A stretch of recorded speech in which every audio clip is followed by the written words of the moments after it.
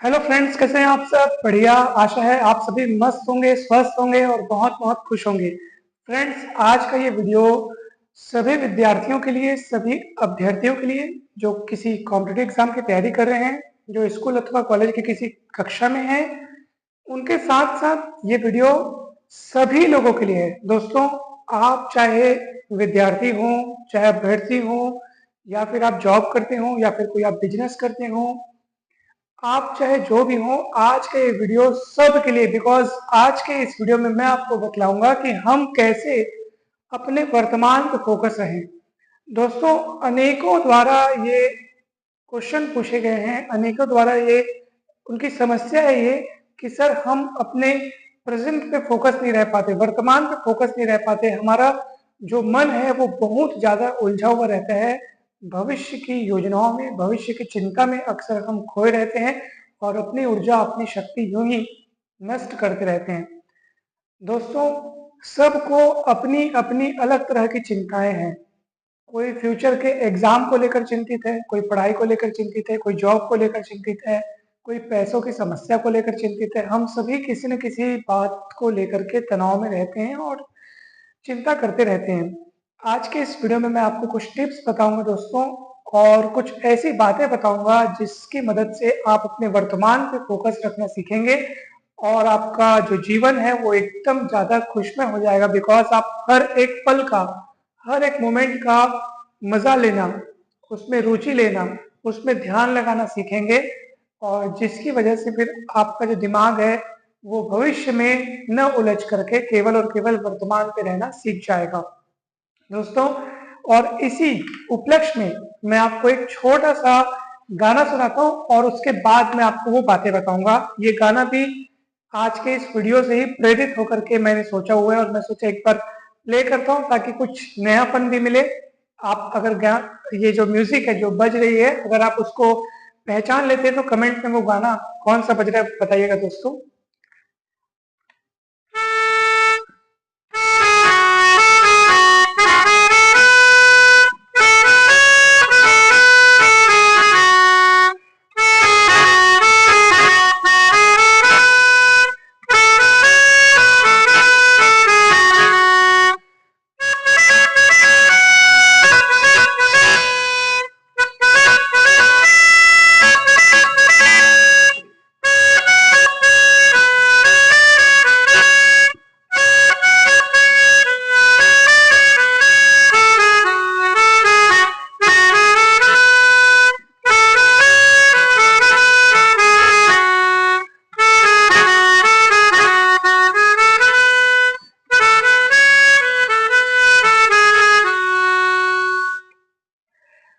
दोस्तों, मैं आप लोगों को एक कहानी सुनाता हूँ।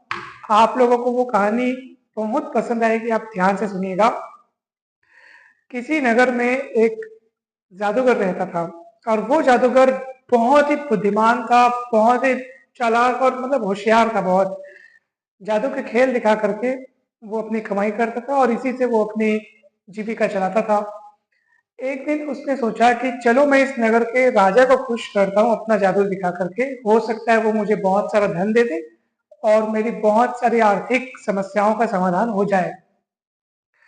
तो वो जादूगर सीधा पहुंचता है नगर के राजमहल में, राजा के पास पहुंचता है, दरबार में हाजिर होता है।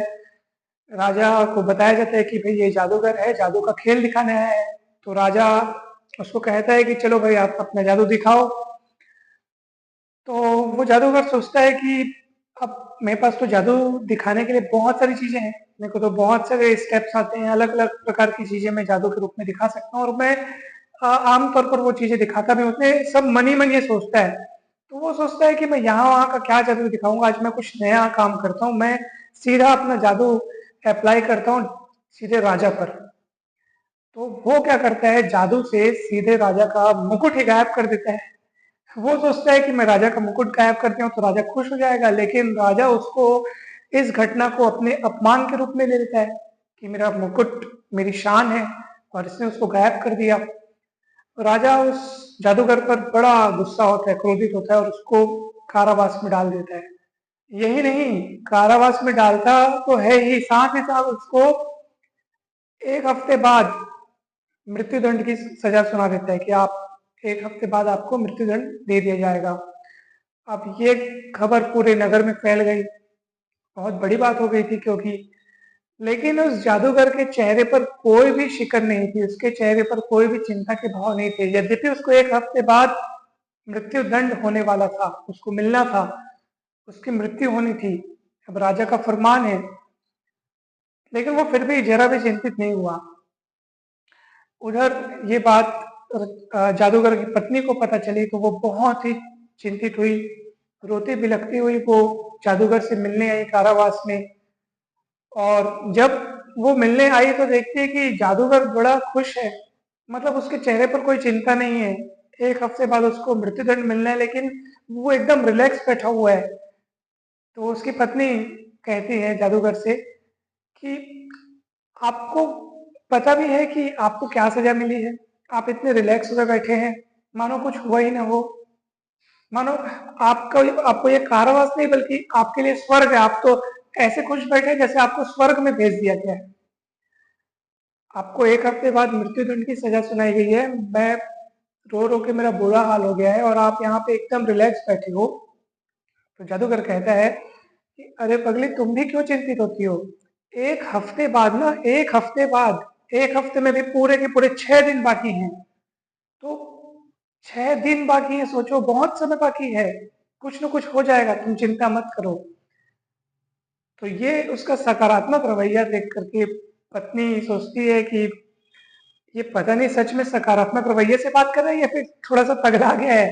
क्योंकि होता है कभी कभी मृत्यु के जब करीब पहुंच जाओ तो भाई, अब आदमी का हो सकता है कुछ उसकी थॉट प्रोसेस चेंज हो जाए, हो सकता है वो अपना होश खो बैठे। तो उसकी पत्नी सोचती है कि इसको हो क्या गया है। तो खैर ठीक है, फिर वहां से मुलाकात करने के बाद अपने घर चली जाती है। समय गुजरते जाता है, जैसे तैसे 5 दिन बीत गए। अब छठवें दिन यानी अंतिम दिन, एक दिन तो पहले ही बीत चुका था, अब आखिरी दिन जब आता है, जिस दिन उसको मृत्युदंड होना होता है उस जादूगर को, जब अंतिम दिन आ जाता है तो राजा उस जादूगर से मिलने पहुंचता है कारावास में। जब जादूगर को पता चलता है कि अब राजा आ रहा है, तो जादूगर अपने चेहरे के भाव बदल लेता है। ये सब उसकी कला में शामिल था, यानी कि वो सब जो भी कर रहे हैं ना, सोच समझ के पूरा करते जाता है। तो वो अपने आप को बहुत ज्यादा दुखी और रोता हुआ, मतलब रोती हुई मुद्रा में अपने आप को बना लेता है। तो राजा पहुंचता है जब जादूगर के पास, तो उससे कहता है कि उस दिन तुमने मेरा मुकुट गायब करके मेरा उपहास उड़ाया था ना। अब देखो मृत्यु तुम्हारे सर पर खड़ी है, तो कैसा लग रहा है? जादूगर बोलता है कि महाराज वो सब तो ठीक है, लेकिन मुझे एक बात का बहुत अफसोस है। तो राजा उससे कहते हैं कि किस बात का अफसोस है? तो जादूगर बोलता है कि महाराज, बात दरअसल ये है कि मेरे पास एक घोड़ा है और उस घोड़े को मैं पिछले 2 वर्षों से उड़ना सिखा रहा हूँ अपनी जादू की कलाओं द्वारा, मगर वो अभी ठीक से उड़ना नहीं सीखा है। अब 1 वर्ष अगर मुझे और मिल जाता तो मैं उसको बहुत अच्छे से उड़ना सिखा देता और वो इस तरह का दुनिया में पहला घोड़ा होता जो उड़ने वाला घोड़ा होता। राजा अपने मन में सोचता है, अरे वाह, उड़ने वाला घोड़ा, अगर ये घोड़ा मुझे मिल जाए तो बात बन जाएगी, मजा आ जाएगा एकदम। राजा उस जादूगर को कहते हैं, अच्छा, अगर मैं तुम्हें 1 वर्ष का समय दे दूं तो क्या? क्वेश्चन मार्क लगा देते राजा वहां पे, देखना चाहता है कि जादूगर क्या बोलता है। ये यद्यपि ये जादूगर सोच चुका होता है कि अगर मैं इसको ये बोलूंगा तो ये मेरे को पूछेगा कि 1 साल बाद अगर आपको 1 साल का समय दे दिया जाए तो क्या करोगे। तो जादूगर कह देता है कि महाराज, अगर आप मुझे 1 साल का समय दे देते हैं तो मैं वो उड़ने वाला घोड़ा, उसको पूरी कला, पूरा जादू सिखा करके, मतलब पूरा उड़ना उसको सिखा करके मैं आपको सौंप दूंगा। उसको पूरी उड़ने की कलाएं सिखाऊंगा और भी अनेक सारी विधियां उसको सिखाऊंगा, अनेक सारी पद्धतियां उसको सिखाऊंगा और वो एक अपनी तरह का एक मजबूत और सर्वशक्तिशाली, सर्वबुद्धिमान घोड़ा मैं आपको सौंप दूंगा, आपको भेंट स्वरूप, उपहार स्वरूप दे दूंगा। राजा बहुत खुश होता है। ठीक है, तुमको 1 साल के लिए छोड़ा जाता है, सिर्फ 1 साल के लिए, उससे एक भी दिन अधिक नहीं। तो जादूगर को रिहा किया जाता है। अब वो जाता है अपने घर उसके घर में बहुत सारे लोग इकट्ठा हो चुके होते हैं उसकी पत्नी को सांत्वना देने के लिए। अब जैसे ही जादूगर वहां पहुंचता है तो सब देख करके आश्चर्यचकित, क्योंकि आज उसको मृत्युदंड मिलना था। तो सब उससे पूछने लगते हैं, उसकी पत्नी भी उससे पूछती है कि अरे आप, मतलब सबसे पहले तो लोग खुश हो जाते हैं कि आप आज यहाँ पहुंचे, आप कैसे हुआ ये सब, पूरा वृत्तांत सुनाइए। आज तो सजा होने वाली थी। तो जादूगर उसको पूरी घटना, पूरी कहानी वहां की सुनाता है। तो पत्नी जब इस बात को सुनती है तो फिर चिंतित हो जाती है। सिर्फ 1 साल, 1 साल तो यूं ही देखते देखते निकल जाएगा, और 1 साल के बाद हम फिर क्या करेंगे? आखिर वो आपने तो वहां पे उड़ने वाले घोड़े की बात सुना के आ गए आप, जो कि सच होनी नहीं है। तो वो तो मृत्युदंड फिर होना निश्चित है 1 साल के बाद, फिर हम लोग गए काम से। तो जादूगर बोलता है कि अरे पगली, चिंता क्यों करती है, अभी तो पूरा 1 साल बाकी है। 1 साल में क्या कुछ नहीं हो सकता, क्या कुछ नहीं बदल सकता। हजारों घटनाएं घट सकती हैं जो इस धारा की दिशा बदल सकती है। दोस्तों, आप उस जादूगर का एटीट्यूड देखिए, यानी कि उसका रवैया देखिए, उसका पॉजिटिव रवैया, सकारात्मक दृष्टिकोण, जो उसको एक पल के लिए भी चिंतित, एक पल के लिए भी उसके चेहरे पे चिंता के भाव नहीं आते थे। और हुआ भी वैसे ही। 1 साल में उसने सोचा था कि बहुत कुछ बदल सकता है, फिर चिंता किस बात की। 6 महीने बाद राजा की मृत्यु हो गई। अब आप सोचो, 6 महीने बाद राजा की जब मृत्यु हो गई, 1 साल का उसको समय मिला था, अब सजा सुनाने वाला ही चला गया, और कुछ महीनों बाद उसका घोड़ा भी चल बसा। अब उसको किसी को प्रूफ करने की जरूरत भी नहीं है कि इसको सिखाया भी नहीं सिखाया उड़ना, मतलब दोनों कहानी खत्म। और इधर जादूगर और उसकी पत्नी फिर खुशी खुशी रहने लगे। अब सोचिए, अब देखो घटना क्या घटी थी, क्या परिणाम होने वाला था और हुआ क्या। दोस्तों, ऐसा ही इस कहानी से हमें इतनी बड़ी शिक्षा मिलती है कि ऐसा ही हमारे जीवन में भी होता है। हम व्यर्थ की चिंता करते हैं, पढ़ाई कब तक कंप्लीट होगी, होगी कि नहीं होगी, कितना पढ़ेंगे, कौन सा एग्जाम क्वालिफाई होगा, उसके बाद कौन सी जॉब लगेगी, ये एग्जाम क्वालिफाई नहीं हुआ तो क्या होगा, वो एग्जाम क्वालिफाई नहीं हुआ तो, और बस हम खो जाते हैं, इतने उलझ जाते हैं अपने विचारों में कि हमारा प्रेजेंट मोमेंट जिसका हम आनंद ले सकते हैं उससे हम चूकते चले जाते हैं। दोस्तों, आनंद लेना है तो यही मोमेंट है, इसी में आनंद बनाइए। कल किसी ने नहीं देखा है, और आप चिंता करना छोड़ दीजिए कि कल क्या होगा, क्योंकि इस कहानी से आपने देखा कि कुछ भी हो सकता है, कुछ भी हो सकता है आने वाले भविष्य में, कुछ भी हो सकता है। आप जिस घटना की चिंता कर करके चिंतित हो रहे हैं, इतने मतलब सोच रहे हैं, भविष्य में इतनी सारी घटनाएं घटने वाली हैं जिसका हमको पता नहीं है। वो सब दैवीय योजना अनुसार होता है, और जो होना होता है वो होता है। मतलब हम लोग सोचते हैं कि ऐसा ना हो जाए, वैसा ना हो जाए। 99% हमारा सोचा हुआ, जो हम जिस घटना की चिंता करते हैं वो नहीं होती है वास्तव में, हम बस चिंता करते रहते हैं। वास्तव में तो जो होना होता है वही होता है ना। और हर एक घटना अनेक घटनाओं पर निर्भर होती है। हर एक घटना के पीछे अनेक अनेक घटनाएं जुड़ करके उसकी दिशा बदल सकती है, और ऐसा होता ही है। आप खुद सोचिए, भविष्य में आप जिस घटना के लिए अभी चिंता कर रहे हैं उसके घटने की चांसेस आखिर कितनी है। अगर आपको इस बात का पता लगाना भी है ना दोस्तों, तो मैं आपको एक जबरदस्त वाला आइडिया बताता हूँ। आप ये सोचो, अपने भूतकाल की कोई घटना को याद करो जिसको लेकर के आप बहुत चिंतित हो रहे थे, और फिर वो देखो कि वो घटी कि नहीं घटी।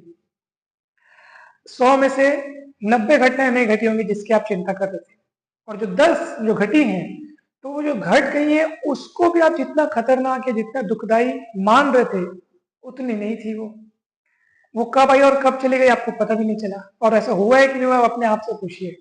तो दोस्तों, यही होगा हमारे जीवन में। हमारे जीवन बस ऐसे चलते रहता है, चलते रहता है। अब इसको सुखमय बनाने का उपाय मैं आपको बताता हूँ दोस्तों।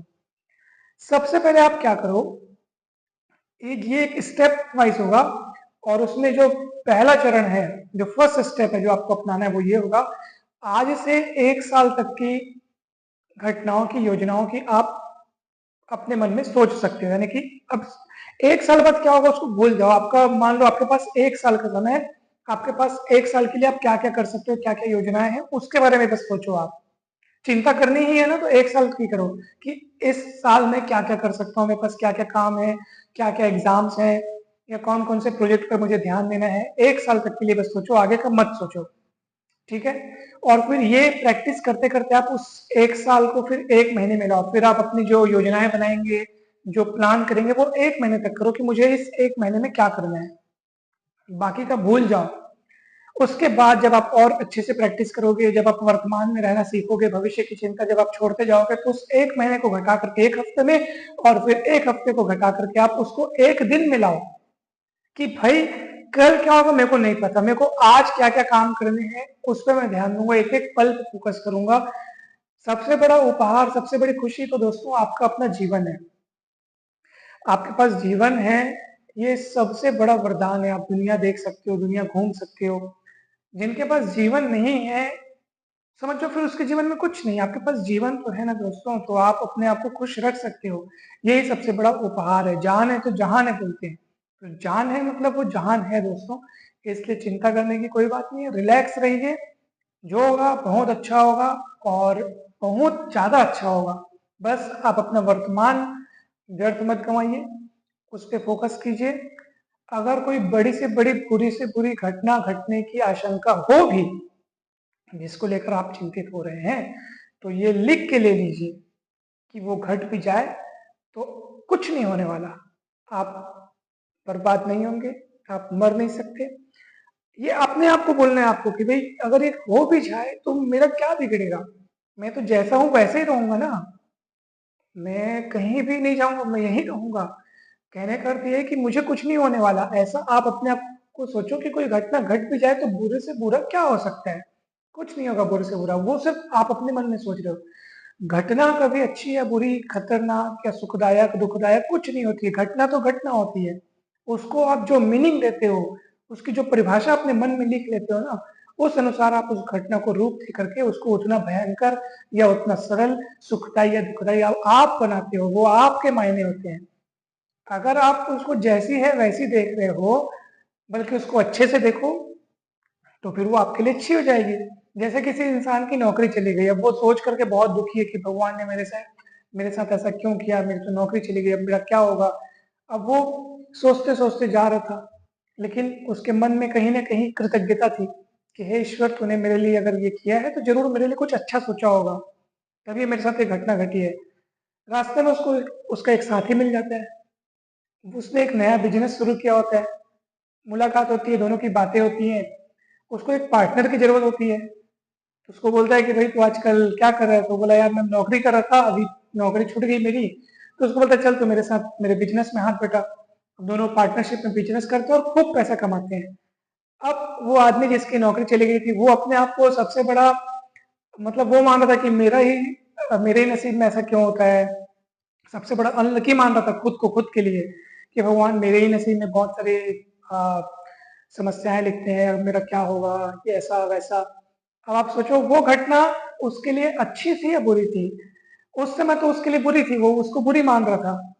लेकिन अब देखो उसने कितना, मतलब तो उसके लिए वो लिखा था, उसके लिए वो होना था। तो देखो ना, वो जा रहा था, अचानक से मुलाकात हो गई। संयोग बोलते हैं इसको अपन। तो जीवन भी हमारा ऐसा ही है, वो संयोग से चलते आता है। मतलब आप नहीं जानते कि क्या होने वाला है। यद्यपि जो भी होगा उसके प्रति क्या दृष्टिकोण रखना है, उसको किस नजरिए से लेना है, उस पर दुखी होना है कि नहीं होना, ये आप पर डिपेंड करता है। इसलिए कहा जाता है कि जीवन में 90%, ठीक है, आपका जीवन जो है वो 90% बाहरी चीजों पर नहीं बल्कि आप पर डिपेंड करता है। यानी कि कुछ भी हो जाए भाई, अपने अंदर अपने अंदर क्या महसूस करता हूँ उसका जिम्मेदार तो मैं हूं ना। तो अगर आप खुश रहने का चुनाव करते हैं तो आप सदा खुश रहेंगे दोस्तों, चाहे कुछ भी हो जाए। फिर आपको किसी बात की कोई चिंता नहीं रहेगी। तो बस दोस्तों, आज की इस वीडियो में मैं आपको यही कहना चाहता था कि भविष्य की चिंता छोड़ें, वर्तमान पे फोकस करें। जिसकी परीक्षा की तैयारी कर रहे हैं, जो भी काम कर रहे हैं, जो भी जॉब कर रहे हैं, आपके पास जो भी आपका काम है, उस पे वर्तमान पे फोकस करना सीखें। भविष्य की चिंता छोड़ें, आप वर्तमान की चिंता करें। करनी है तो वर्तमान की चिंता करो कि वो व्यर्थ तो नहीं जा रहा है, वो काम अभी आप जो कर रहे हो उसको अच्छे से करो। भविष्य अपनी चिंता खुद कर लेगा। तो दोस्तों आप सभी खुश रहें, मस्त रहें, स्वस्थ रहें और एकदम प्रसन्न रहें। वीडियो अच्छा लगा हो तो जरूर लाइक करें दोस्तों, और चैनल को अगर अभी तक आपने सब्सक्राइब नहीं किया है तो अवश्य सब्सक्राइब कर दोस्तों के साथ शेयर करें। कमेंट करके अवश्य बताएं कि वीडियो आपको कैसा लगा। आप सभी का बहुत बहुत धन्यवाद। Thank you so much.